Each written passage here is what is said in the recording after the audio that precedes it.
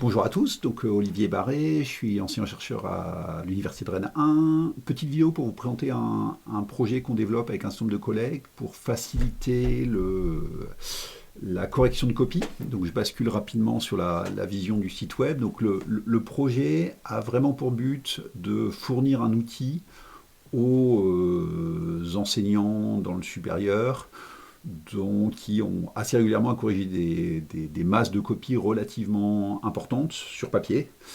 Et le but, c'est de faciliter ce travail pour pouvoir fournir un retour de meilleure qualité aux étudiants.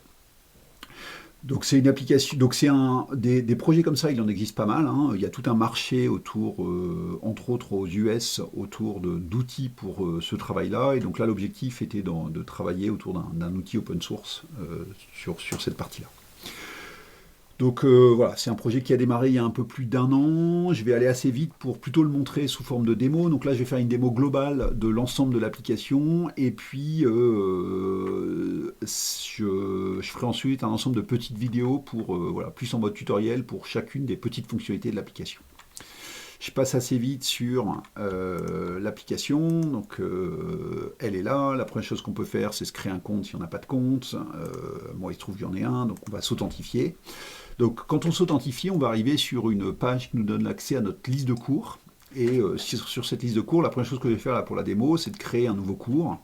Et ce cours, je vais l'appeler démo correct exam. Et puis voilà, un cours, c'est juste quelque chose qui a un nom. Une fois que je vais avoir un cours, la première chose que je vais pouvoir faire, c'est de créer un examen, puisque le but c'est de créer ça. Donc quand je vais créer un examen, ici je vais l'appeler par exemple examen septembre 2022. Et puis je vois que je peux avoir accès à un certain nombre de template LaTeX, template LibreOffice, template Word pour créer ces sujets d'examen. Donc l'idée, c'est de laisser l'enseignant ou l'enseignant-chercheur créer son sujet de manière relativement libre, mais on verra qu'on va mettre un certain nombre de zones d'intérêt pour faciliter le réalignement des images, etc. Donc c'est ce qu'on va se trouver dans ces templates-là. Si je prends l'exemple ici, moi j'en ai fait un en LaTeX. Donc voilà, c'est un bête document LaTeX tout simple, mais j'aurais pu le faire en Word, et voilà, dans lequel je vais avoir des commandes pour facilement avoir des aspects QCM, et puis des zones où l'étudiant va pouvoir répondre de manière relativement simple. Donc là, j'ai créé un examen là-dessus. Donc la première chose que je vais faire quand je reviens sur mon application, évidemment, c'est de charger cet examen. Et puis j'indique qu'il contient bien des marqueurs d'alignement. Les marqueurs d'alignement, c'est les petits ronds noirs là qu'on voit là-haut, qui vont permettre à l'application de facilement redresser les copies après le scan, parce qu'évidemment, selon le scanner, selon la façon dont sont disposées les pages, il peut y avoir des éléments de distorsion des images. Donc j'ai créé mon examen, tout va bien. La deuxième étape que je vais pouvoir faire, c'est de charger ma liste des étudiants. Donc ça, c'est souvent des listes qu'on reçoit par la scolarité d'une façon ou d'une autre. On peut sans problème imaginer des connecteurs vers des systèmes d'information de l'université. Là, j'ai fait un moyen simple. Nous, à Rennes 1, très souvent, on nous envoie des Excel en disant merci de nous fournir les notes sous ce format-là. Et donc, je vais récupérer les examens qui vont participer, les étudiants qui vont participer, et puis je vais pouvoir les charger simplement comme ça dessus. Et puis, je vais importer mes étudiants au sein de mon application. Si j'ai besoin, je vais pouvoir vérifier puis éditer. Si je vois que dans la liste qui m'avait été fournie plus tard, il y a une erreur, je peux sans problème modifier cette partie-là. Je peux au passage, quand j'ai créé une UE, partager cette UE avec d'autres collègues qui vont m'aider à corriger. Donc voilà, c'est d'autres collègues qui ont créé un compte et à qui je vais pouvoir partager cette UE. Ils auront les mêmes droits que moi sur cette UE-là.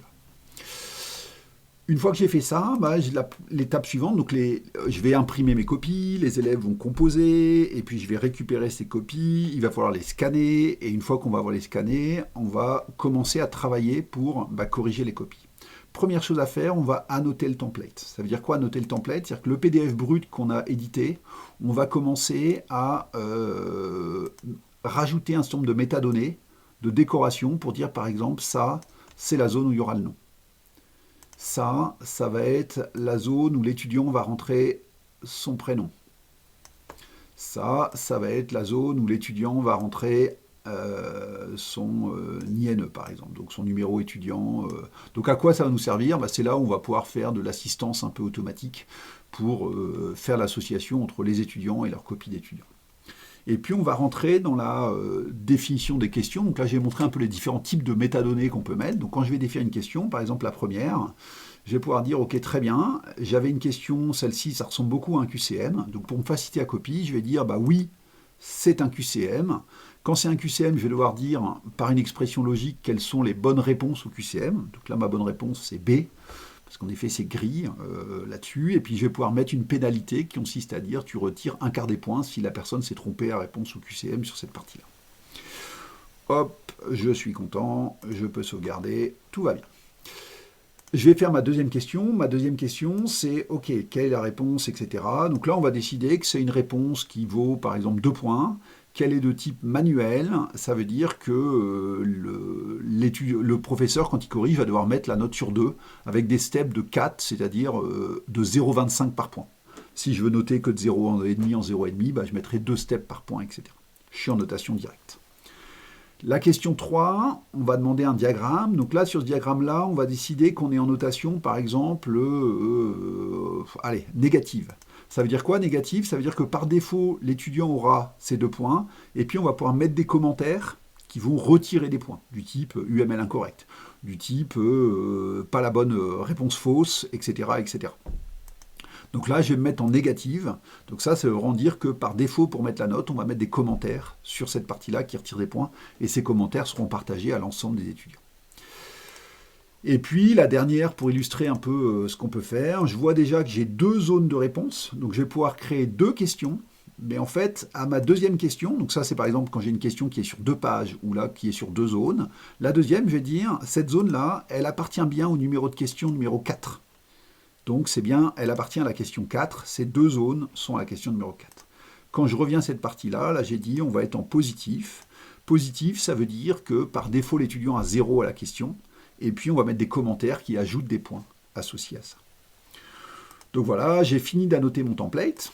Bah, je suis content parce que voilà, ça c'est prêt. Deuxième étape, il faut que je charge sur l'application les scans de mes étudiants. Donc pour charger ces scans, toujours pareil, bah, j'ai récupéré un PDF qui contient ces scans. Et puis, bah, je vais les sauvegarder sur mon système. Une fois que j'ai chargé ces scans, troisième étape, on va redresser ces scans. Donc là, on va pouvoir le faire avec marqueur, sans marqueur. Il y a différents algorithmes qui sont implantés.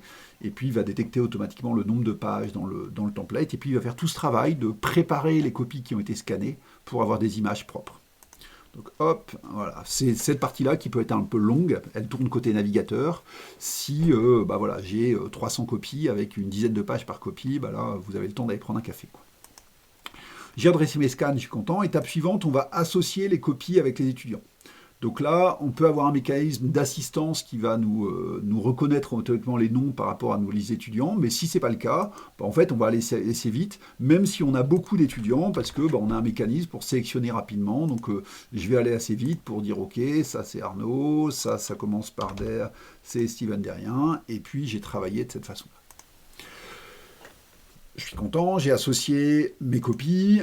L'étape suivante, c'est de faire la correction de mes copies. Donc bah là, je vais sur le module. C'est très souvent cette étape-là qu'on va basculer sur la tablette. Si on a la chance d'avoir une tablette avec un stylo, ce sera plus agréable pour corriger, mais on peut le faire aussi comme ça. Donc première étape, ma première question, c'était un QCM. Donc là, je peux me faire assister pour corriger le QCM. Et donc, je vais lui dire correction automatique du QCM. Là, il va faire tout un traitement. Et puis, il va me dire, OK, là, c'était la question A qui avait été cochée par étudiant, mais ce n'est pas la bonne. Donc, je mets une pénalité. Et puis, je peux vérifier ce qu'il a détecté à un moment si j'ai besoin de le voir. Je peux faire un check rapide pour vérifier que c'est bon, qu'il a bien détecté. On voit que ça marche plutôt pas mal. La reconnaissance de QCM, c'est quelque chose qui marche plutôt bien. Question 2. Quand je reviens à la question 2, là, c'était une question de notation directe. Donc, je dois décider si c'est bon ou pas bon. Je me dis, ah bah super, la première, il a parfaitement bien répondu. Donc, je veux que ce soit mis dans le corrigé type. Et puis, la note attribuée, c'est la note de 2 du fait. Puis je peux très bien mettre un premier commentaire en disant « Ok, très bien, si je souhaite l'appliquer là-dessus ». Je peux aussi, si je suis sur tablette, utiliser mon pencil pour mettre un petit truc du style comme si j'étais sur copie, très bien, et travailler de cette façon-là. Le deuxième étudiant, bah, il s'est trompé, je peux lui mettre non. Et puis, j'ajoute le commentaire.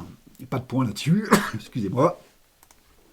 Et puis le troisième, parfait, tous les points, je veux lui dire aussi que c'est très bien, puis j'ai pas besoin de noter la réponse remarquable, je peux la noter, mais à la limite j'ai pas besoin de noter la réponse remarquable, j'en avais déjà noté une qui était pareille, sur cette façon. Étape 3, on passe en notation, on avait dit négative, ça veut dire que par défaut l'étudiant aura tous les points si je ne mets pas de commentaire, mais je peux lui dire, attention, là c'est incorrect, donc par exemple la première, je ne suis pas tout à fait complet, donc je peux lui dire, ok, c'est imprécis, et puis dessus je retire la moitié des points. Donc ça veut dire que je vais lui laisser quand même un point en disant, ok, il a essayé de faire de l'UML, c'est pas mal, mais c'est pas ce que j'attendais. Le deuxième, c'est très bien, donc je touche à rien, donc là je peux quand même, voilà, je suis content, je touche pas à cette partie-là. Limite, je peux la taguer en excellente réponse si vraiment je juge que c'est très bien. Et puis le troisième, pareil, je décide que non, ça va pas, c'est imprécis. Et puis je peux mettre aussi pas de lien avec l'énoncé et décider que, ok, là, ce coup-ci, je retire absolument tous les points là-dessus. Et donc, il n'aura pas de point du tout à cette question. Je passe à la question 4. Donc, à ma question 4, je vois que j'ai bien mes deux zones qui sont représentées, les deux zones que j'avais sélectionnées. Donc là, par exemple, je décide, donc là, j'étais en notation positive, et donc je décide que voilà, la première réponse, elle est tout à fait bonne, et je mets un bien. Donc la bonne réponse, c'était bien 3 et 4. Là, je m'en moque, je la tag en excellente réponse. J'ajoute ce commentaire. Quand je passe à l'étudiant suivant, il m'a mis 18 et 4. Et donc je me dis, ok, je mets un truc du style pas mal, et puis pas mal, ça valait la moitié des points. Et puis le dernier, il a mis 10 et 2, là, c'est pas bon, donc pas de commentaire associé à ça. Je peux toujours, pour autant, si j'ai besoin, venir lui annoter un certain nombre de choses dessus, si c'est nécessaire. Donc, je travaille, voilà, j'ai avancé sur cette partie-là, je peux dessiner. J'ai fini de corriger mon examen, je suis content. Donc, une fois que je suis là, je vais pouvoir passer à la phase de résultats.